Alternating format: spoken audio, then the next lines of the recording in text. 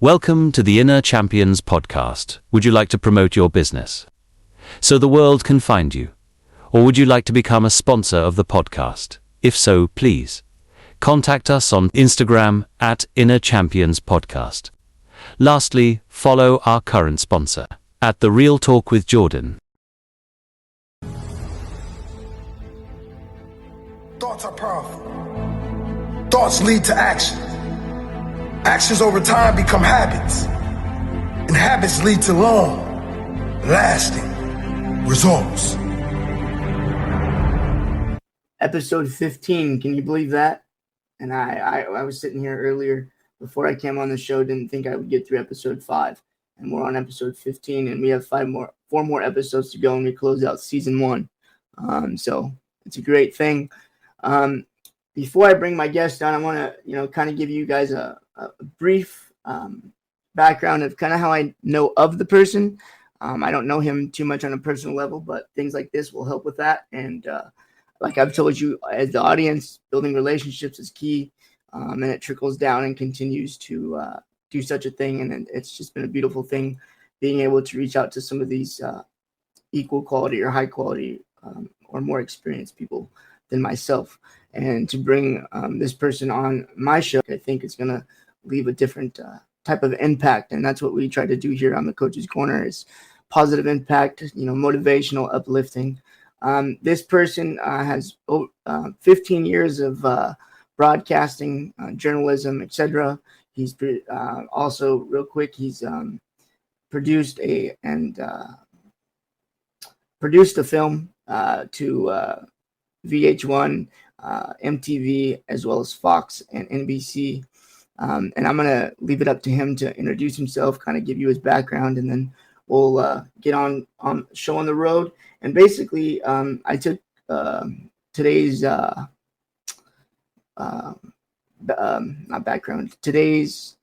graphic, and it's all about the approach. And so we're going to get into that today, and I hope you guys can sit back and enjoy. Can you please bring on my guest? Hi, Ghizal. Welcome. Hey, Coach. How are you? I didn't realize that you were on the Notre Dame staff. So that was Derek Johnson, right? Was your head coach? Yes, it was. So yeah, Derek. I really have a tremendous amount of respect for Derek. We kind of became friendly over the time that he was a coach over there at Notre Dame High, and I know you guys won a CIF championship together, which is obviously a great endeavor because I know how it started for him when he got there. And I saw the picture of you with Ian Zamudio, who went on to play college football at Nevada, which is funny for me because one of my very good friends you should have on the show, he was the play-by-play man for the University of Nevada for several years. Oh, that's cool. Yeah. Okay. Yeah. So it's just, nice. We were, before we came on the air, I don't want to pull the curtain back too much, Coach, but, we were talking about relationships, and it's just funny how, you got me on the show because of Jeff Gorham, but I met Jeff through Riverside TV, where before Jeff got there, we were covering Notre Dame High with your old boss, Derek Johnson. So it's funny how this stuff all comes full circle. It does. And that's been, I'm going to take a moment and talk about this. That's what's been fun about even this experience for me is like, yeah, I still coach, I still do those things, but, getting closer to the people that, make these games happen and stuff like that is really what's drawn a different light to me, because I do get these opportunities like today, but I'm just saying, as a coach, when you're just coaching a bunch of kids all the time, and then you're like, oh, look at what really, all these people put in all the same time as you, and it's really been a fun experience for me to sit back as a coach and go, oh yeah, there's a lot more to it than just coaching football. Yeah, no, I mean, there's certain layers to everything, and I'll bring an example that just happened to me today, actually.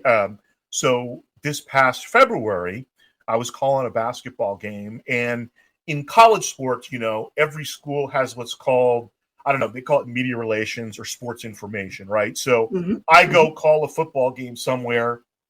If I need to get a hold of the coach or players, I go through their representative, who is a media relations director or a sports information director. So in this case, we're up north at a school, and the gentleman who was the media relations director for the school, I remembered because he'd been an athlete I had covered. He'd been a baseball player. So I introduced myself, and I'm trying to be humble, right? You're just trying to be real with the guy. So his name was JD. I said, JD, I don't know if you remember me. I called a couple of your baseball games when you played, for school. I mentioned the school he played at. And he shook my hand and he said, no, I totally remember you because I remember something you said about me on the air. And I'm like, ooh, here we go, right? Here we go. But he said, no. You mentioned a school that I was recruited by, another school that I didn't end up going to that I'd been recruited by. I said, oh, okay, that's nice to know. And, but he said, there's about 5 people who knew that I've been recruited by that school. I'm surprised you had that information, And as it turned out, one of his coaches had been a high school teammate of another athlete that I covered. So he had given me that information. So like you're saying, you have these connections and you never know when they're going to come up and maybe give you a valuable piece of information or make an introduction for you.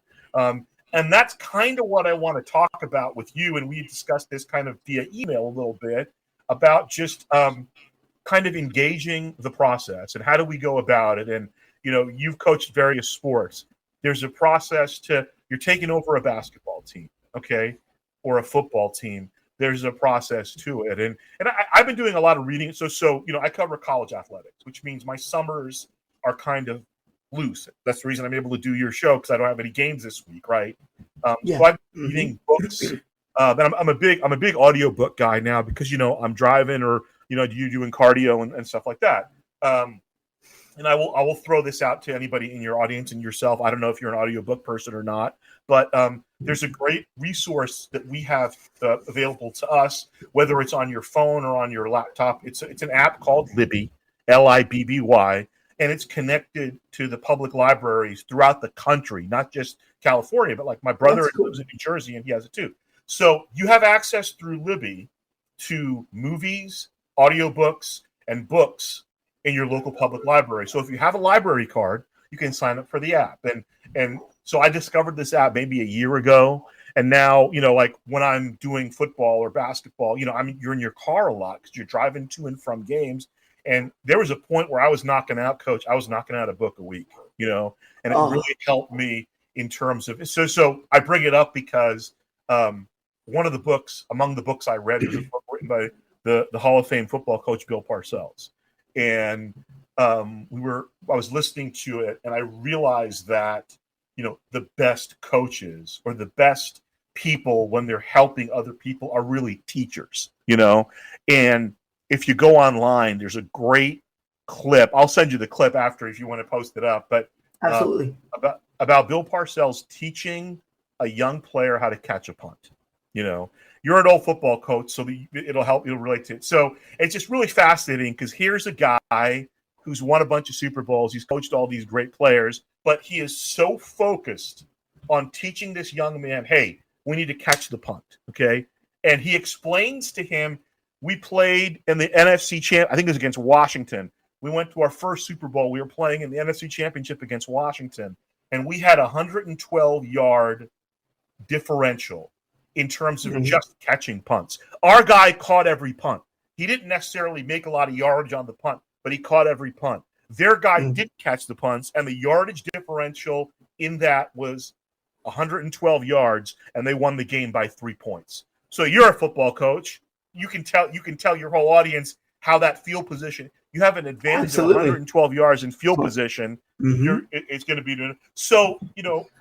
I take these examples, Coach, and I apply it to my career. I apply it to my approach, not just to broadcasting, but in everything. In the sense that you learn growing up. Oh, there's your buddy there. See, your best friend over there.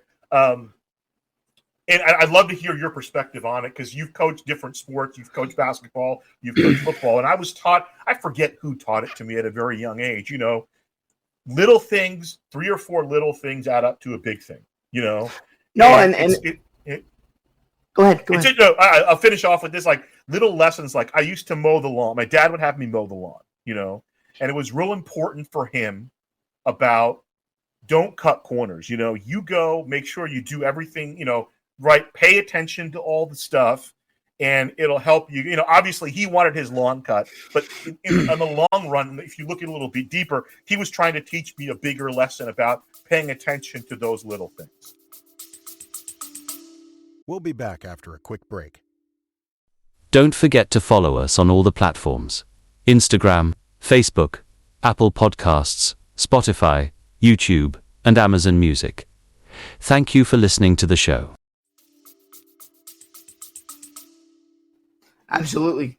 And it's funny, but it's not funny. And it's kind of one of my go-tos on this show is I always talk about it. I feel like I talk about it weekly, but it's that the little things matter the most. Paying attention to detail matters the most. Like I've done in basketball and in football, but not so much for them as much because they're, older and whatnot. But what I do for basketball is fundamentals, and there's so many other teams that I've witnessed that don't do the little things, that don't have those little messages of the repetition or, muscle memory. That's huge. And you can't really coach muscle memory, but you can instill it. And I'm all about instilling my, I don't want to call it views, but my style, I guess, of where it's gotten me in life.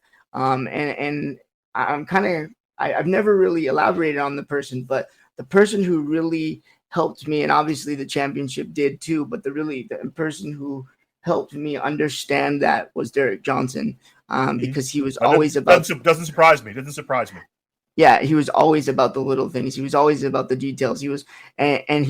What helped me as a coach understand it. And I understand it now more because I'm older, but numbers, it doesn't matter with numbers. It's what you have and what you can work, how you can coach them, and like you said earlier, teaching is a valuable lesson. And that, to me, that's 75% of the battle itself, is if you can be a good teacher as a coach and then have the same perception or have the players understand what you're trying to perceive for them and help them get better at what they do. So what I respected so much about Coach Johnson, and excuse me for going off on a tangent. No, go ahead. Is first of all, very direct. You can affirm all this. I'm not BSing because you know the man. Absolutely. Very direct.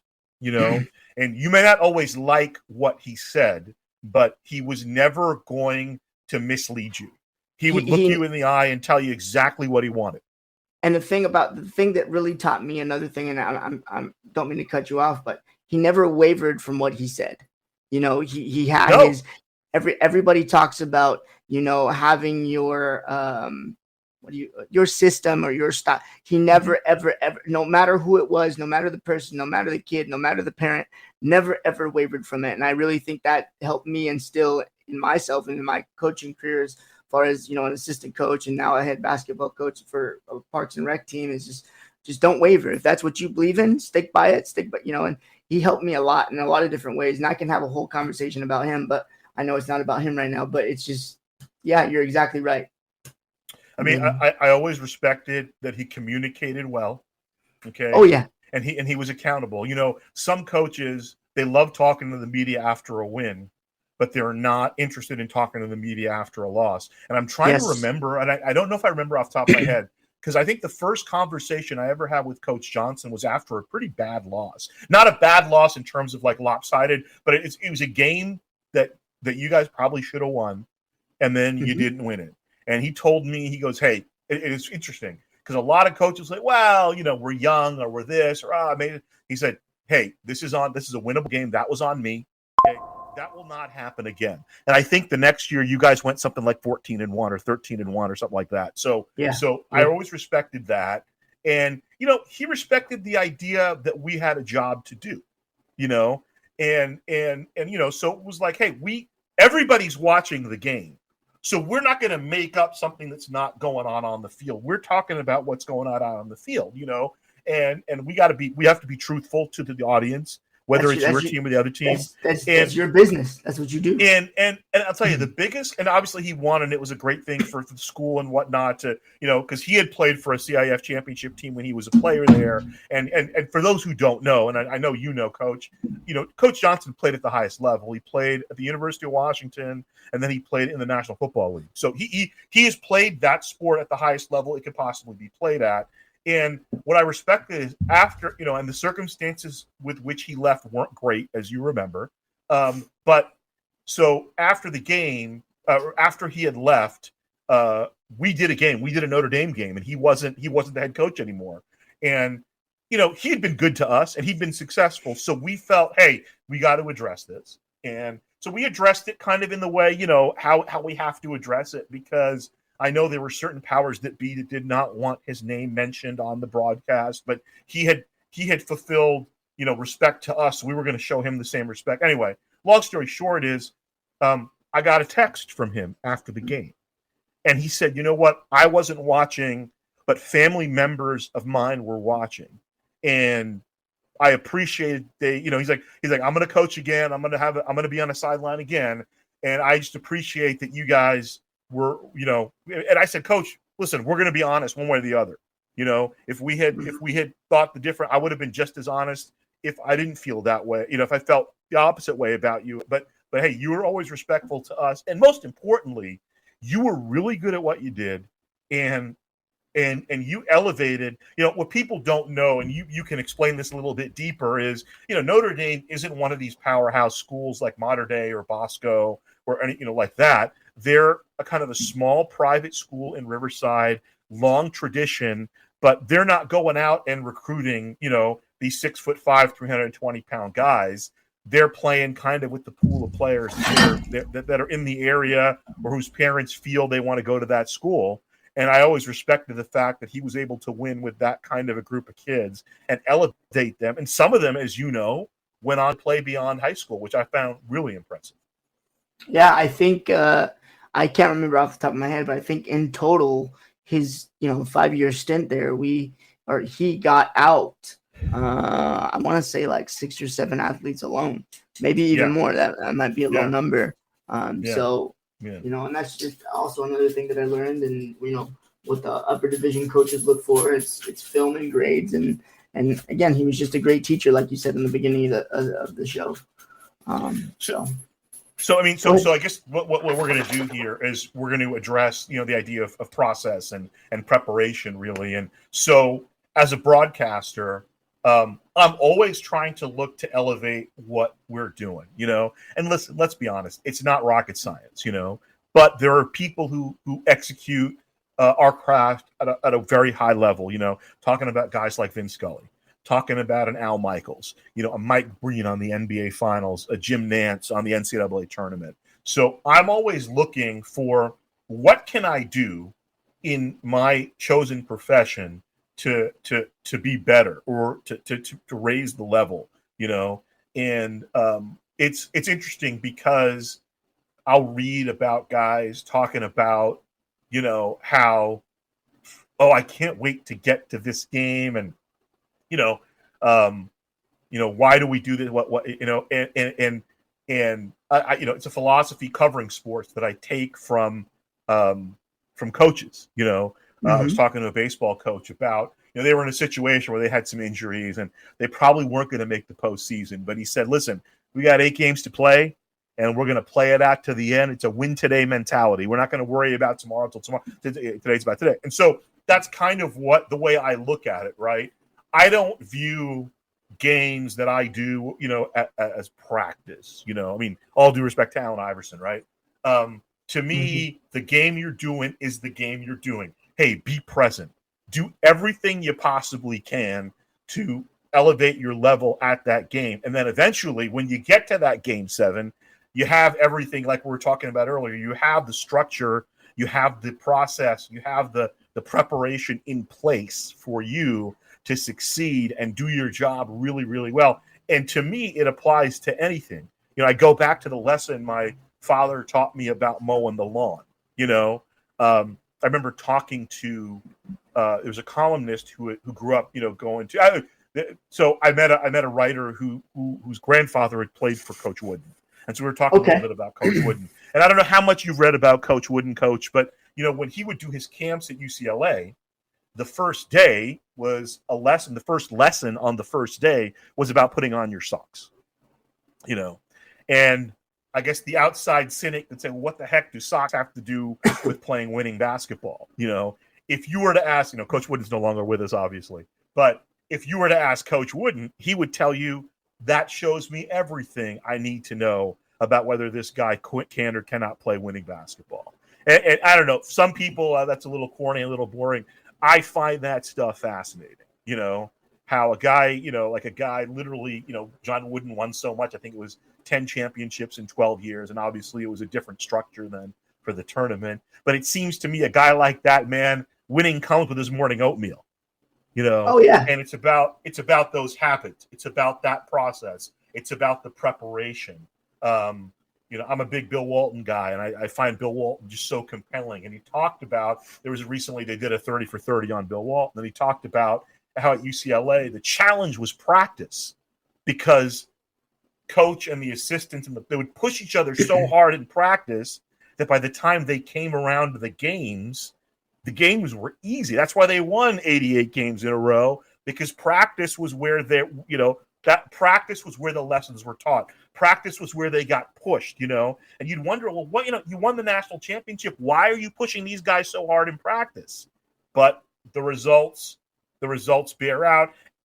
That said, he wasn't about results. He was about, what was his line? It was make every day your masterpiece.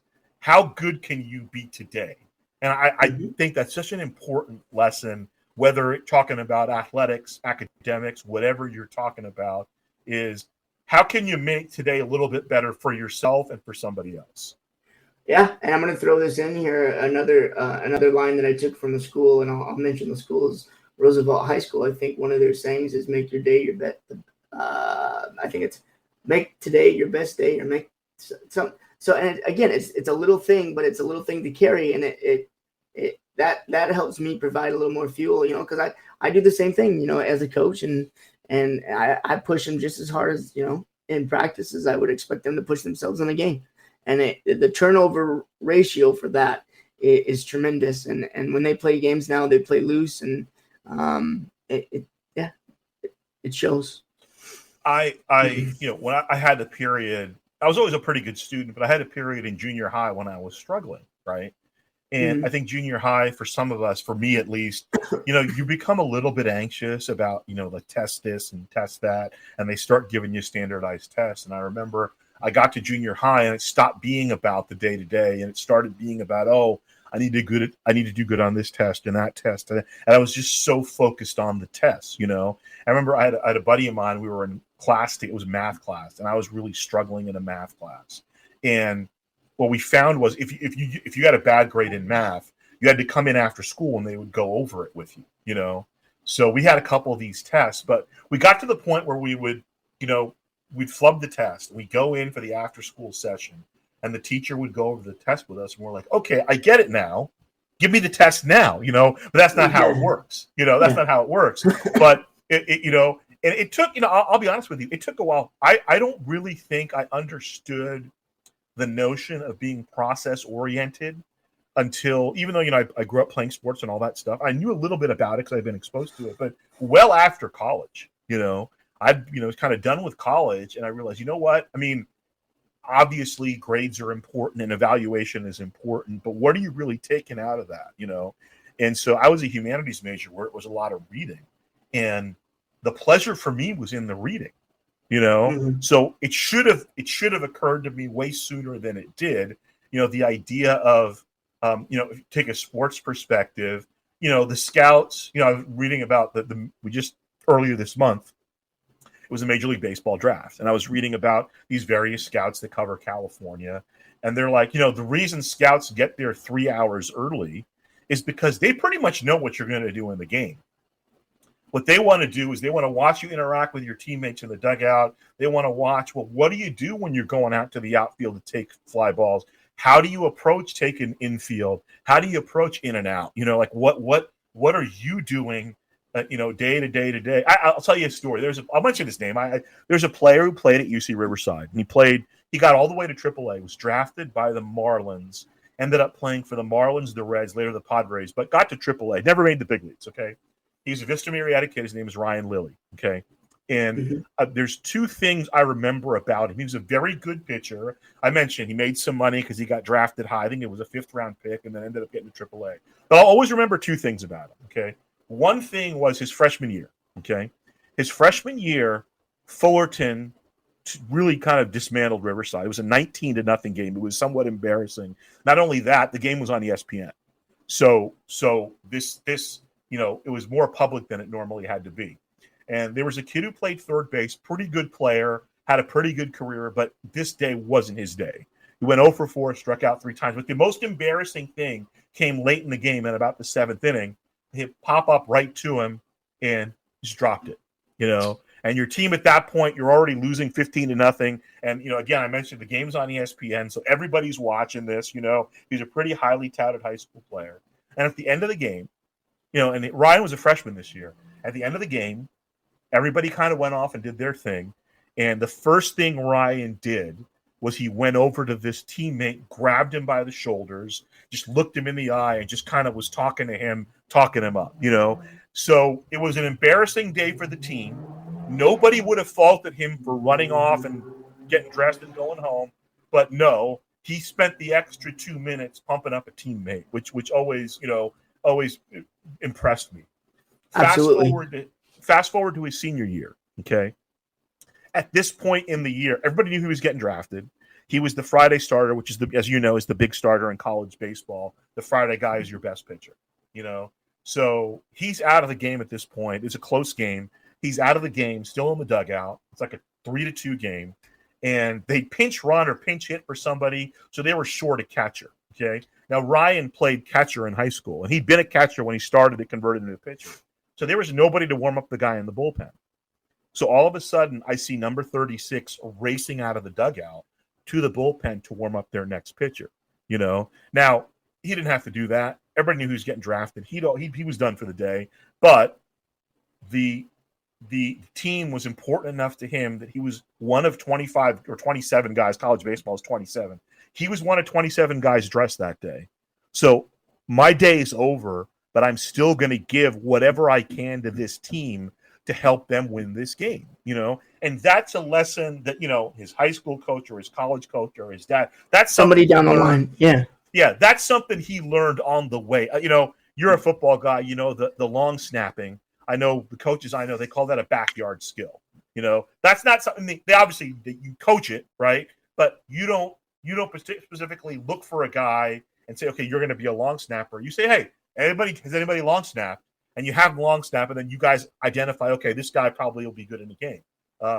So like those are the kind of things that you kind of aspire to be in terms of when you're a part of a team. You're part of a team. It's important for that kind of stuff.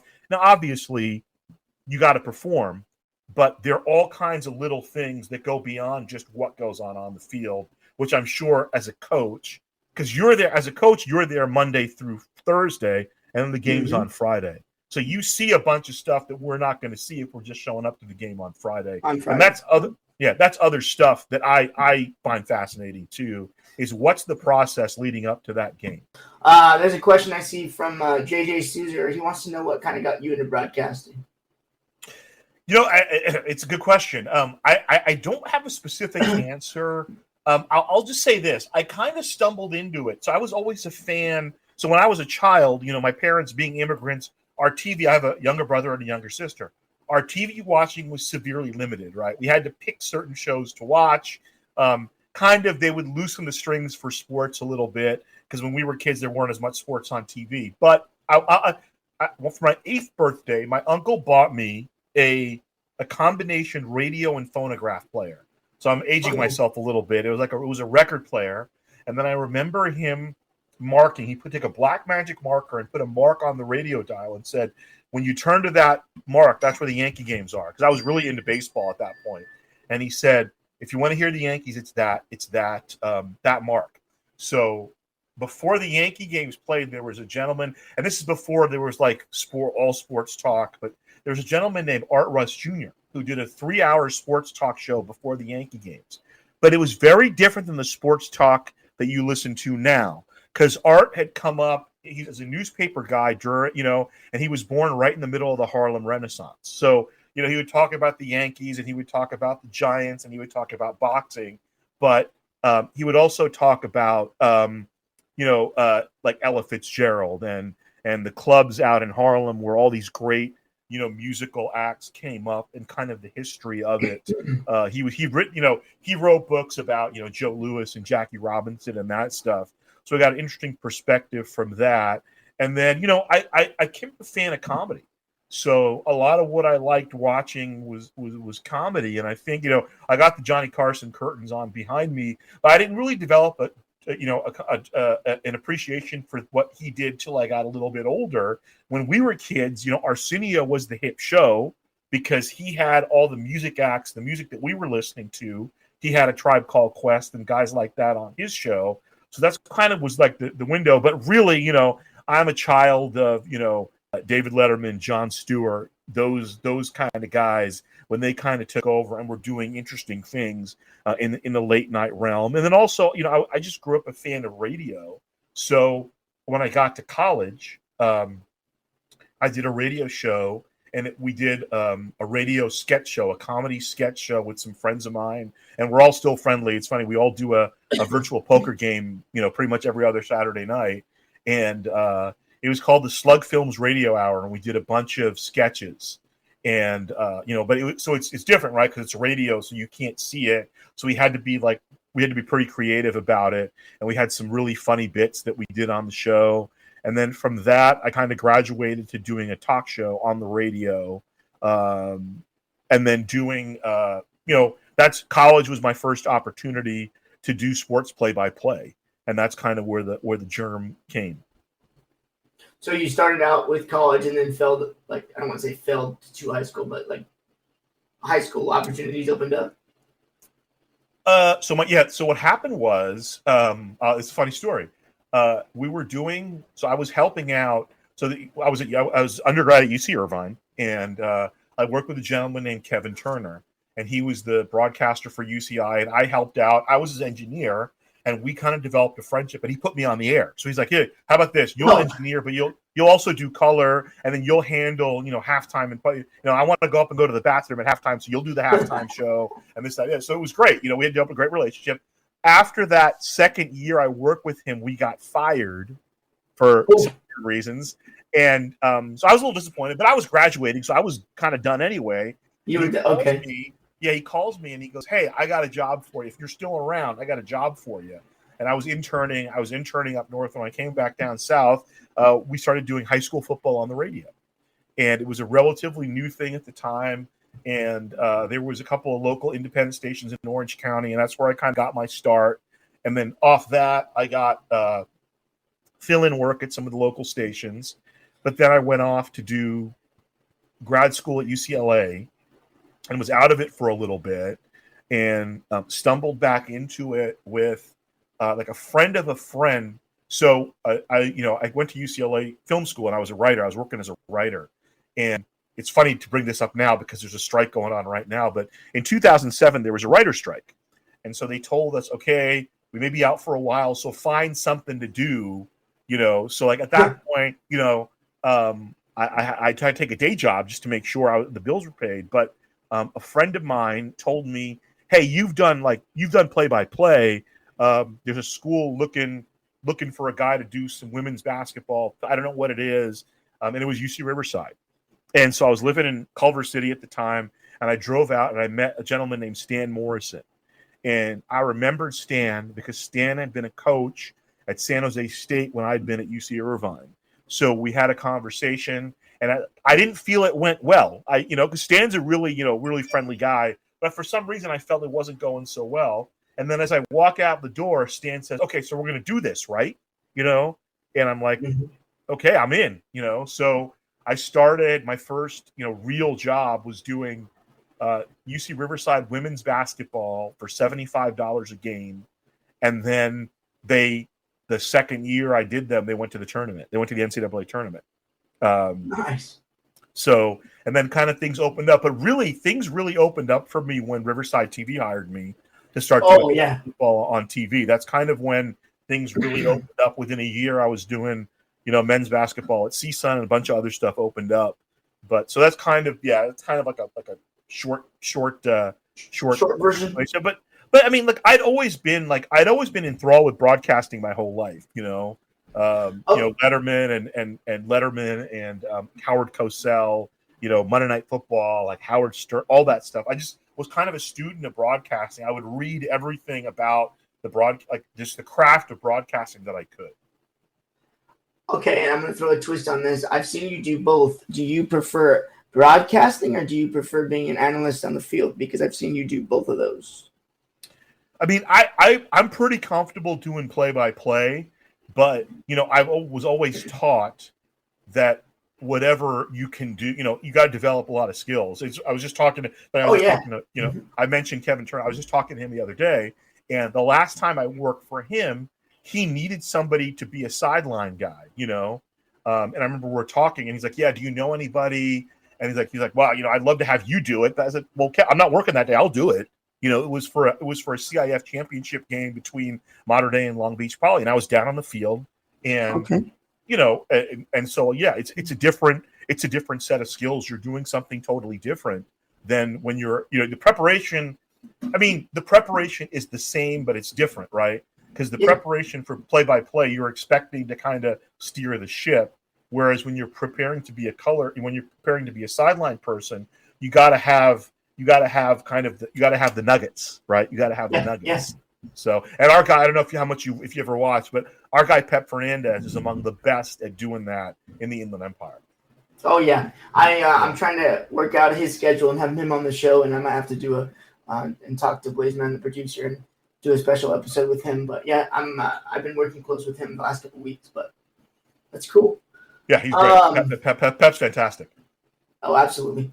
What is one thing as far as a broadcaster maybe that motivates you to not continue to do it? Because obviously you have a love and a passion for what you do, but when you have those, let's just say, rough days and I don't want to say not get up, but maybe not go in one day. Do you ever have those like flat moments? It's funny you bring that up, Coach. I've never had that happen. Me either. I was telling this to a coach, and we were talking the other day, and this coach, he just got a new job, so I was happy that he got a new job, but he had a rough year, and when you know somebody's personality, when they're off, and I told him, because there's a couple ways to do it, right? Depends how well you know somebody. Sometimes you want to go and just be a sounding board for them, but I could tell this coach had kind of moved his family across the country and things weren't working out. So I knew he was stressed, and the sports stress was the half of it. The real stress was, hey, I moved my family halfway across the country and this is not working out, So I said, hey, I hope you didn't take it the wrong way because the team wasn't doing well. I said, I knew you were stressed. I could tell because I know your personality, and I just kind of left it alone, But in the process of our conversation, I said, when you call a losing team, it's a tough season, right? And but I always, whether my team is in first place or last place, I've never not enjoyed showing up at the gym or the stadium or the ballpark or wherever we're going. And the day that happens where I don't enjoy it, Coach, I'm done. I'll go do something else. But it hasn't happened yet. It hasn't happened yet because I enjoy the entirety of the process, from the coaches' calls on Monday and Tuesday to putting my spots together on Wednesday to kind of going over what we're going to talk about on Thursday, and then lights are on Friday and we're going. Nice. Is there anything I might have missed that you might want to ask me, or you want to elaborate elsewhere? We got about 10 minutes left. What I'm interested to know from your perspective in terms of the topic, what has coaching taught you about process? Were you always a process guy? Is that something you learned along the way? Who did you learn it from? Like how do you engage it, Coach? How do you engage it in your life and then when you're coaching? Good question. I honestly I shouldn't say learn about process. I didn't understand process and what process meant probably until my experience winning a championship, going through those exhausting days constantly. But that's what it took. And that's what really the process started for me. And the biggest thing I really think I took out of that alone was the process and the time, the energy, the constant, being that reinforcer of, no, you can do it with who we have, because I'm not going to sit here and sugarcoat anything. Everybody has their off days. That team, even though we did what we did, we had our off days. and to be able to bring them back together for the process, for the main goal, for the main everything, it really taught me, and carrying everything from that season alone and seasons up to that season has really helped me continue to stay, motivated and have the drive to continue to do what I do, because I don't know where I would have be. I know I'd still be trying to coach, but I don't know where I'd be or my success level would be if I didn't go through the things that I went through at Notre Dame. And I've always said, and I'm sure you might be able to elaborate on this a little bit, Notre Dame is a place where it will change you. It will humbleize you. It humbleized me to be a coach. It slowed it down for me and worried about the small things. And yes, as we all know, Derek was a huge and still is a huge influence to me. I talked to him probably 3 or 4 months ago, and just random phone call. I called him up and asked him a question. So again, we were talking about having these resources and having these relationships. If you handle them appropriately and properly, they can last you a lifetime. Yeah. So well, next time you talk to him, please tell him hello from me, because I really enjoyed working with him and hoping maybe our paths cross again one day. So I did see a question about like long-term goals in broadcasting. With the way the industry is going now, I think ultimately, realistically, my goal would be to be a regional guy for one of these networks. ESPN, Fox, whatever it may be. I had a cup of coffee with Fox a couple of years ago on their high school football coverage. I'd like to do more of that. That was a lot of fun. But obviously, as you've been reading over the past couple of months, there's been a lot of consolidation in the business in terms of some of the regional sports networks. So I'm interested to see how that shakes out. But part of the process is gratitude, right? Is being grateful, and I appreciate the fact that I'm able to live in Los Angeles and do college basketball and college baseball and high level college football, and kind of be active and be able to be working from August until the end of June, and that I didn't always, as part of engaging the process, I didn't always feel that way. And I've had these conversations with other broadcasters, who are at a little bit higher level, and they go through the same feelings. And it made me feel a little bit better about it, because we all want that next job, but then you have to understand that you're defined by how you do the job that you're doing, right? It's like if you're Paul McCartney, you're playing the same, whether you're playing in front of 6 people as opposed to 60,000 people. That's the theoretical idea, And when you read, and I try to be a student of the business, and you read about, like Vin Scully, when Vin was up to do the NFL with John Madden, and they gave the job to somebody else, Pat Summerall, he was upset. He was angry. He was human about it, and he left. That caused him to leave CBS. So, okay, if I told you Letterman is one of the guys I look at in terms of how he came into the business and how he changed the industry, changed his genre, right? Late night talk show game. But after 10 years of him doing a bang up show on NBC, they still didn't want to give him the Tonight Show. So whenever I get upset about not getting the job, I realize, NBC didn't think Letterman was good enough to be the Tonight Show host, even though he'd produced a groundbreaking show on their network for 10 years. Now, to be fair, his bank account's a little different than mine, but from a theoretical process, being present perspective, there are lessons that can be gleaned from those situations. Okay, nice. I'll throw another question at you, and I don't know how you would answer it because I'm sure you called a ton of them. But what has been one of your most enjoyable games to call? Is like that you yourself as a broadcaster really enjoyed and gotten into? They're all. I mean, there's something about each game that is compelling. This last year, I got a chance to interview Nicole Herman, and Nicole's son Nick was a CIF champion at Torrey Pines High School in basketball, and he was supposed to come play at CSUN at Northridge, and he was a point guard, and he was a tremendous individual and a tremendous player. He never got to play at CSUN because he died of cancer. He passed away tragically of cancer about a year ago, right around this time. But his first year, his freshman year at Northridge, he was on the bench at every game in his recovery. And if you met Nick for 5 minutes, you were sure he was going to beat it. And sadly, he didn't beat it. But to interview his mom, and because they did a game where they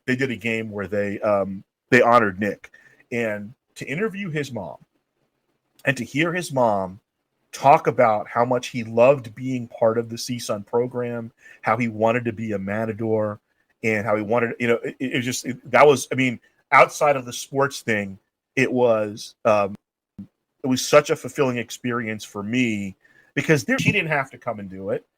She lost her son, and here she is coming out to a game. Not only that, sitting down with me after the game, just showing incredible strength. And then, I'll say, my experience doing baseball at UC Riverside for 13 years between 2010 and 2021, I learned so much about not just the game from guys like Doug Smith and Troy Percival and Trevor Haregrove and Jared Morton and Thomas Walker, but to engage the community, because I'm not from Riverside and I know how that community works, and for them to accept you. And I feel that way a little bit with the football too, for that community to accept you as one of their own, I know is a huge, huge deal.